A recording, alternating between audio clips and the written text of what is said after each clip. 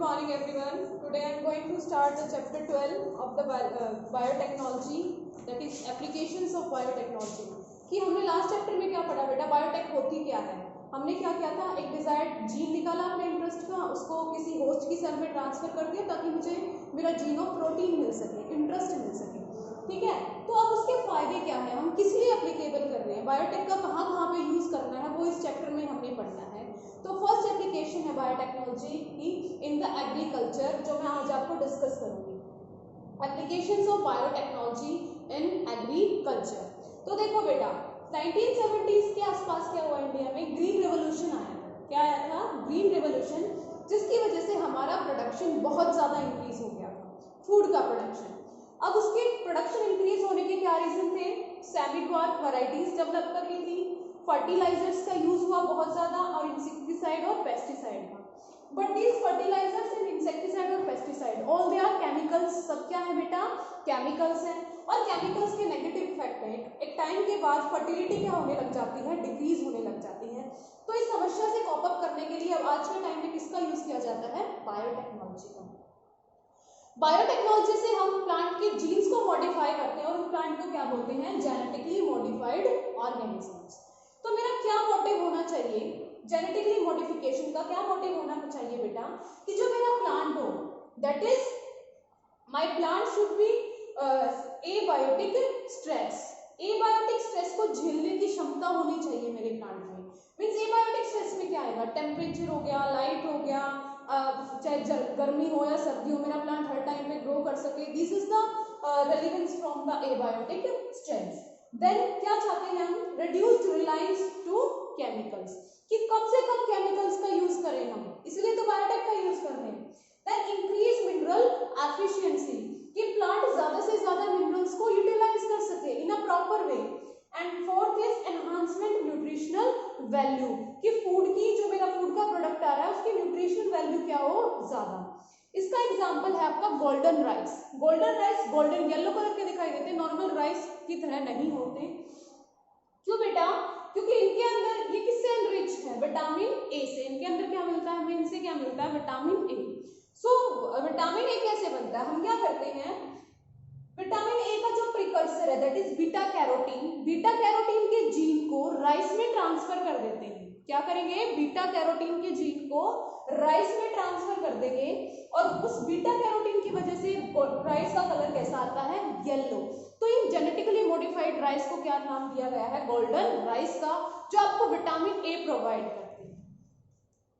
Next thing है बेटा, अब हम ये सारी एप्लीकेशंस पढ़ते हैं कि reduced reliance to chemicals, chemicals से हमारी रिलायंस कैसे कम हो जाएगी, जिसकी वजह से हमने क्रॉप्स डेवलप की हुई है, like BT cotton, tomato, potato, और बीटी ब्रिंजल अभी बना नहीं है लेकिन इस पे काम चल रहा है। BT cotton, tomato, potato, we have all made it, ये प्रॉपर उगाए जाते हैं।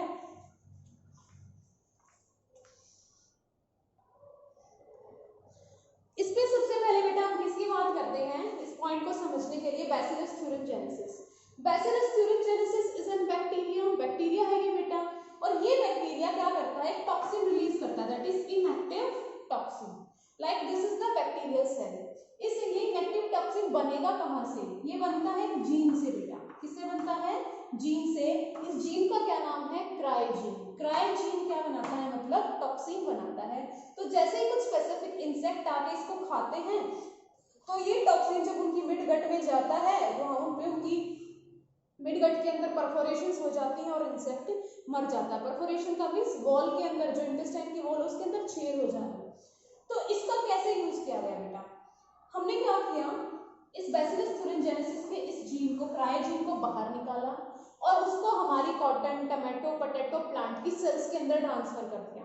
तो जेनेटिकली मॉडिफाइड प्लांट बन गया, बीटी कॉटन हो गया, बीटी टमाटो हो गया, बीटी पोटैटो हो गया, लाइक दिस। तो अब क्या है, जो ये बेटा बैसिलस thuringiensis का ये टॉक्सिन है, ये किसी स्पेसिफिक कैटेगरी के इंसेक्ट को ही किल करते हैं, अच्छों को नहीं करेंगे। वो कैटेगरी कौन कौन सी है? डायप्टेरन्स, कोलियोप्टेरन्स और लेपिडोप्टेरन्स। डायप्टेरन्स में कौन सा आते हैं बेटा? मॉस्किटो और house fly. You can learn by this कि मॉस्किटो और हाउस फ्लाई ने डायपर पहन रखा है। और कोलियोप्टेरन्स, कोली, कोली वर्ड लोकल में, हरियाणवी में कोली कटोरी को बोलते हैं। और कॉलोनी के अंदर क्या बैठे हुए हैं, बहुत सारे बीटल्स। तो बीटल्स पे अटैक करेगा। लैपिडोप्टेरन्स क्या है बेटा, बोलवॉर्म और आर्मीवॉर्म, मींस इंसेक्ट्स को किल करता है। वॉर्म्स को कौन किल करेगा, वर्म्स किस कैटेगरी में आएंगे, लैपिडोप्टेरन्स की कैटेगरी में आएंगे। देन स्पेसिफिक टाइप का जीन, बेटा क्राई जीन बहुत सारे हैं, लेकिन एक स्पेसिफिक इंसेक्ट के लिए हमें स्पेसिफिक टाइप का क्राई जीन इंट्रोड्यूस करना पड़ता है प्लांट के अंदर, जो आपके एनसीईआरटी में एग्जांपल गिवन है। तो एक तो होता है कॉटन बोलवॉर्म, जो कॉटन में इन्फेक्शन कोज करेगा। दूसरा है बेटा कॉर्न बोरर, जो कॉर्न प्लांट में इन्फेक्शन कोज करेगा। तो कॉटन बोलवॉर्म, इसका नाम पड़ा है, इसके पास दो जीन है, क्राई 1 और क्राई 2। इसके पास एक ही है तो क्राई 1।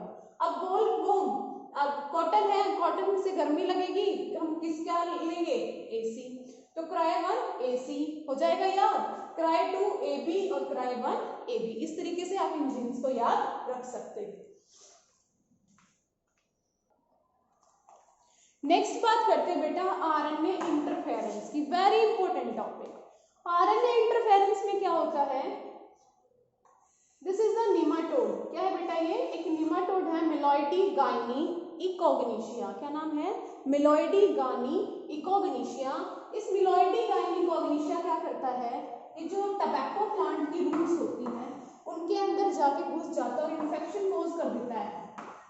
ठीक है, इससे प्लांट की यील्ड बिल्कुल घट जाती है। एक्चुअली में ये करता क्या है बेटा, मान लो दिस इज द मिलोइडी गाइनी इकोगनीशिया। ये मिलोइडी इकोगनीशिया के अंदर कुछ ऐसा जीन है जिससे क्या बनेगा, इसका मैसेंजर आरएनए, और ये प्रोटीन बनाएगा। अब उस प्रोटीन से ही एक्चुअली क्या है, वो टॉक्सिन है जिससे प्लांट के अंदर बीमारी हो रही है। तो हमें इसको रोकना है, कैसे रोकेंगे, देखो बेटा मैसेंजर आरएनए जो बनता है वो हमेशा कौन सा स्ट्रैंड होता है, सेंस। कौन सा होता है, सेंस होता है। मैंने क्या किया, मैंने इस जीन ऑफ इंटरेस्ट को बाहर निकाला। किसको निकाला, जीन ऑफ इंटरेस्ट को बाहर निकाला, और इसको वेक्टर प्लांट के केस में कौन सा यूज करते हैं, एग्रोबैक्टीरियम ट्यूबिफेशियंस, इसके अंदर लगाया और इसकी हेल्प से किसके अंदर ट्रांसफर कर दिया, प्लांट की सेल के अंदर। जिस प्लांट की सेल, अब ये मेरे लिए प्लांट सेल क्या है, this is the host plant की सेल के अंदर ट्रांसफर कर दिया। जैसे ही ये जाएगा, मैंने क्या लिया, डीएनए का लिया, और डीएनए से मैं आरएनए का सेंस वाला स्ट्रैंड भी बनाऊंगी और यहाँ पे एंटी सेंस भी। और सेंस और एंटी सेंस दोनों क्या है, कॉम्प्लीमेंट्री।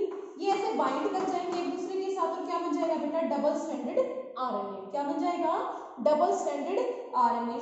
इस डबल स्ट्रैंडेड आरएनए में, अब ये तो प्लांट की सेल है, जब एक्चुअली में यहाँ पे आके ये निमाटोड मिलोइडी गाइनी इन्फेक्शन कोज करेगा, तो ये क्या करेगा, फिर से अपना वही मैसेंजर आरएनए बनाएगा, और मैसेंजर आरएनए से प्रोटीन। लेकिन हम इसको इस स्टेप पे, मैसेंजर आरएनए से जब प्रोटीन बनता है उस स्टेप पे रोक देंगे। कैसे रोकेंगे, ये कुछ एंजाइम रिलीज करेगा जिससे डबल स्ट्रैंडेड आरएनए से टूट जाएगा, सेंस वाला भी और एंटी सेंस वाला भी।